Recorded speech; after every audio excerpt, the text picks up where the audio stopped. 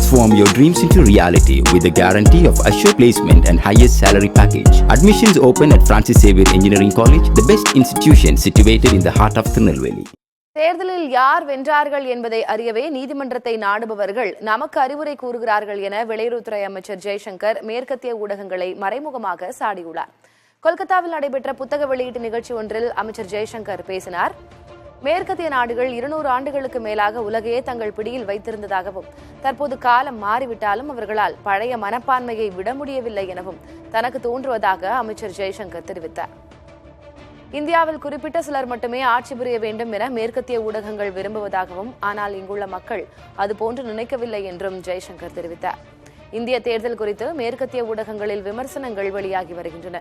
குறிப்பாக அமெரிக்காவில் 2000வது ஆண்டு நடந்த தேர்தலில் யாருக்கு வெற்றி என்பதை அறிவதில் குழப்பம் ஏற்பட்டு நீதிமன்றத்தை அணுகி முடிவு செய்யப்பட்டது. இதைத்தான் அமைச்சர் ஜெய்சங்கர் மறைமுகமாக சுட்டிக்காட்டி பேசியுள்ளார்.